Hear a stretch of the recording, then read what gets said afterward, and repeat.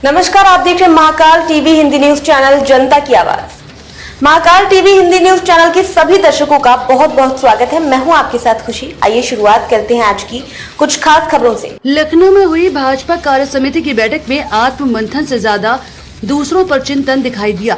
भाजपा कार्य समिति की बैठक में सीएम योगी ने कहा कि पीएम मोदी के नेतृत्व में हमने यूपी में 2014, 2017, 2019 और 2022 में बड़ी सफलता प्राप्त करते हुए विपक्ष पर लगातार दबाव बनाए रखा था।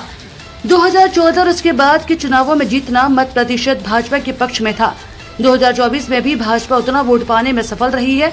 उन्होंने कहा कि आने वाले 10 सीटों के उपचुनाव के साथ साथ 2027 के विधानसभा चुनावों के लिए हम वापसी कर रहे हैं। सीएम योगी ने कहा कि भाजपा कार्यकर्ताओं को किसी भी स्थिति में बैकफुट पर आने की आवश्यकता नहीं है, क्योंकि आपने कार्य किया है। जब आप विपक्ष में थे तब जनता के मुद्दों को लेकर लड़ते थे। अब सरकार में है तो यूपी में सुरक्षा का वातावरण देखने को मिल रहा है। मुख्यमंत्री ने कहा कि कन्नौज के मेडिकल कॉलेज का नाम डॉक्टर भीमराव अंबेडकर के नाम पर था। सपा के तत्कालीन मुख्यमंत्री ने उसका नाम बदल दिया। हमारी सरकार आने के बाद हमने फिर से बाबा साहब के नाम पर विश्वविद्यालय का नामकरण किया। समाजवादी पार्टी हमेशा से ही दलित चिंतकों और महापुरुषों का अपमान करती रही है। इन लोगों ने अनुसूचित जाति का आरक्षण में सेंध लगाने का भी कार्य किया। एससी के स्कॉलरशिप को रोकने का भी काम किया। तो वहीं दूसरी तरफ प्रधानमंत्री मोदी ने बाबा साहब के पंचतीर्थ बनाए गए संविधान को सिर माथे रखकर नई संसद में स्थापित किया। भाजपा संविधान को सर्वोच्च सम्मान देने वाली पार्टी है, मगर अफवाह और भ्रम फैलाकर माहौल खराब करने का प्रयास किया गया। कोई कारण नहीं 10 की 10 उपचुनाव फिर से भारतीय जनता पार्टी अपने पक्ष में करने में सफल हो, लेकिन इसके लिए आज से जुड़ना पड़ेगा, लगना पड़ेगा। एक एक कार्यकर्ता को अपना अभियान मान करके फिर इस अभियान के साथ जुटना पड़ेगा और उसी के लिए आपका आह्वान करने के लिए आज फिर हम लोग आए हैं। बहनों और भाइयों, हम 2010 के 10 उपचुनावों के लिए तो हमें अभी से तैयारी करनी ही है, लेकिन हमें इस बात का याद रखना, उत्तर प्रदेश को जो नई पहचान बनी है, उत्तर प्रदेश जो पहले छठी अर्थव्यवस्था थी, आज देश की नंबर 2 की अर्थव्यवस्था बन चुकी है और तेजी के साथ उभरती हुई अर्थव्यवस्था के रूप में अपने आप को स्थापित कर रही है। उत्तर प्रदेश का जो परसेप्शन बदला है, आज आप देश और दुनिया के अंदर कहीं जाते होंगे, लोग उत्तर प्रदेश के नाम पर आपको सम्मान देते होंगे।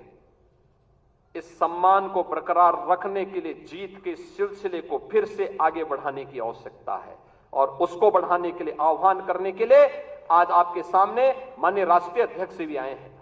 जीत का यह सिलसिला जो 14, 17, 19, 22 पंचायत चुनाव, नगर निकाय चुनाव, उपचुनावों में बना रहा, यही मोमेंटम 2027 में भी बनेगा।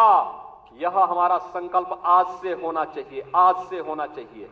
याद रखना, भारतीय जनता पार्टी है तो जिले में हमारा महापौर भी है, जिला पंचायत अध्यक्ष भी है और ब्लॉक प्रमुख भी है, चेयरमैन भी है, पार्षद भी है।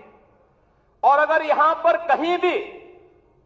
कहीं कोई खरोंच आता है तो वहां उसके असर वहां पर भी पड़ने वाला है और इसीलिए अभी से इसकी तैयारी में जुटना होगा। एक एक व्यक्ति को जुटना पड़ेगा, ब्लॉक प्रमुख हो या चेयरमैन, महापौर हो या जिला पंचायत अध्यक्ष, विधायक हो या विधान परिषद सदस्य, लोकसभा के हमारे माननीय सांसद हो या फिर राज्यसभा के माननीय सांसद, इन सबको संगठन के साथ बेहतरीन तालमेल बना करके, संगठन जिसको तय करे उसके साथ खड़ा होकर के प्राणपण से जुट करके कमल चुनाव चिन्ह को विजयी बनाने के संकल्प के साथ अगर हम आगे बढ़ेंगे तो आपका भी सम्मान होगा, सर्वत्र सम्मान भी मिलेगा। और जो लोग उछल कूद करने का कुत्सित प्रयास कर रहे हैं, मुझे लगता है इनको दोबारा उछल कूद करने का अवसर ही नहीं मिल पाएगा।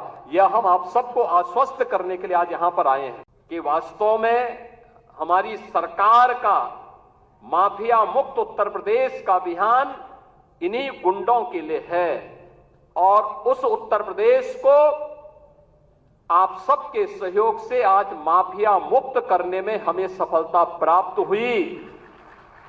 तो माफिया मुक्त उत्तर प्रदेश के साथ साथ हमारे विचार परिवार का ये जो लंबा संघर्ष था, 500 वर्षों का इंतजार समाप्त हो,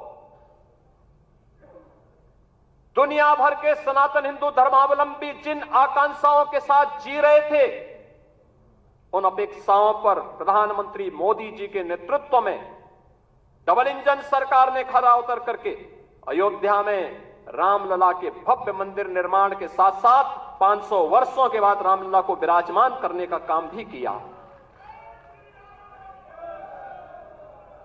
बहनों और भाइयों, भारतीय जनता पार्टी के कार्यकर्ता को किसी भी स्थिति में बैकफुट पर आने की आवश्यकता नहीं है, किसी भी स्थिति में नहीं है, क्योंकि आपने कार्य किया है। आप विपक्ष में थे, जनता के मुद्दों को लेकर लड़ते थे। आज जब सरकार में थे तो याद करिए, उत्तर प्रदेश के अंदर सुरक्षा का ये वातावरण आपको आज देखने को मिल रहा होगा। याद करिए, इसी मुहर्रम के समय में सड़कें खाली हो जाती थी, सूनी हो जाती थी। आज मुहर्रम आयोजित हो रहा है, इसका पता भी नहीं लग रहा है। ताजिया के नाम पर घर तोड़े जाते थे, पीपल के पेड़ काटे जाते थे, सड़कों के तार हटाए जाते थे, पुल तोड़ दिए जाते थे। आज कहा जाता है किसी गरीब की झोपड़ी नहीं हटेगी। आज कहा जाता है कोई तार नहीं हटेगा। आज कहा जाता है कि सरकार नियम बनाएगी, पर्व और त्योहार मनाना है तो इन नियमों के अंतर्गत मनाओ और नहीं तो अपने घर में बैठ जाओ। ये मनमानापन नहीं चल सकता है। और विधि का शासन कैसे होना चाहिए, सुशासन कैसे होना चाहिए, यह भारतीय जनता पार्टी की सरकारों ने देश के अंदर करके दिखाया है।